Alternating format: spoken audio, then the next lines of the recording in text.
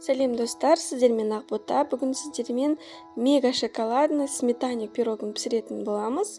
Рецепті қолжетімді және дайындалуы өте тез.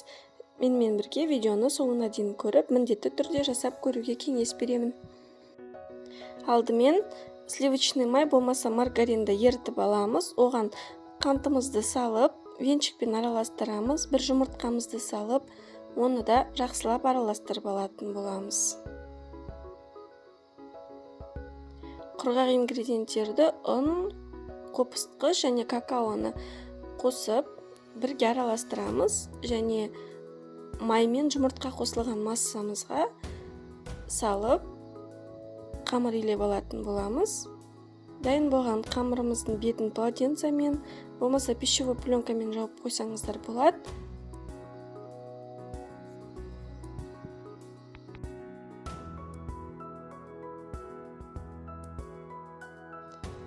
Қамырын дайындап, одан соң начинкасын дайындап алатын боламыз. Начинкасы өте тез дайындалады, жылдам.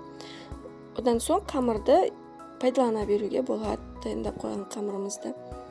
Начинкасына ең алдымен біз Қазақстан шоколады, болмаса Альпен-Гольдті алсақ болады. Мен Альпен-Гольд шоколадын пайдаланатын боламын. 85 грамм және 50 грамм сливочный май, болмаса маргаринді салып, интервалмен микроволновкада, болмаса водяной баняда бір-біріне еріп қосылғанша араластырып алатын боламыз. Және қаймағымызды аламыз. Қаймақ менде 15%, 20%-ын ала берсеңіздер де болады. Қаймаққа қантымызды саламыз, оның үстіне жұмыртқамызды салып, венчикпен, болмаса миксермен жақсылап біркелкі болғанша араластырып алатын боламыз. Одан соң дайын болған массамызға шоколадный массамызды қосып, жақсылап араластырып аламыз және какаомызды қосамыз. Соңында оны да жақсылап венчикпен, болмаса миксермен араластырып алатын боламыз. Пирогымызды міндетті түрде алдын ала қызып тұрған пешке дайындайтын боламыз.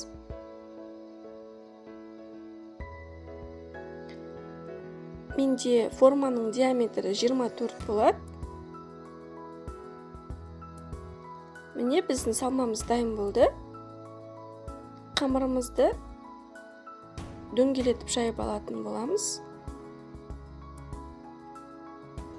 Және кішкене қамыр кесіп аламыз, бортиктар жасауға. Дөңгелетіп жаямыз. Оны формаға салып аламыз. Одан соң бортиктарын жасайтын боламыз және шанышқымен тесіп аламыз.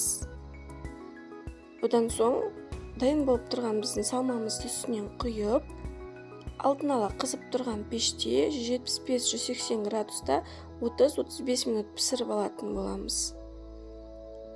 Пирог сіздің өзіңіздің духовкаға да байланысты піседі пирогыңыз, бірақ пирогыңыз піскен уақытта да сәл-сәл кішкене бүлкілдеп тұратын болады. Бұл қаймақ болғандықтан, как сметанник пирог сияқты. Одан соң суыған соң ол өзінің формасын ұстап тұратын болады.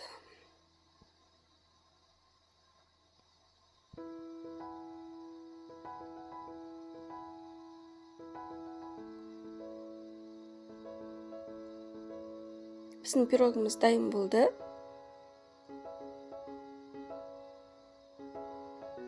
Міндетті түрде дайындап көріңіздер. Сіздерге, отбасыларыңызға, балаларыңызға ұнайтынына сенімдімін.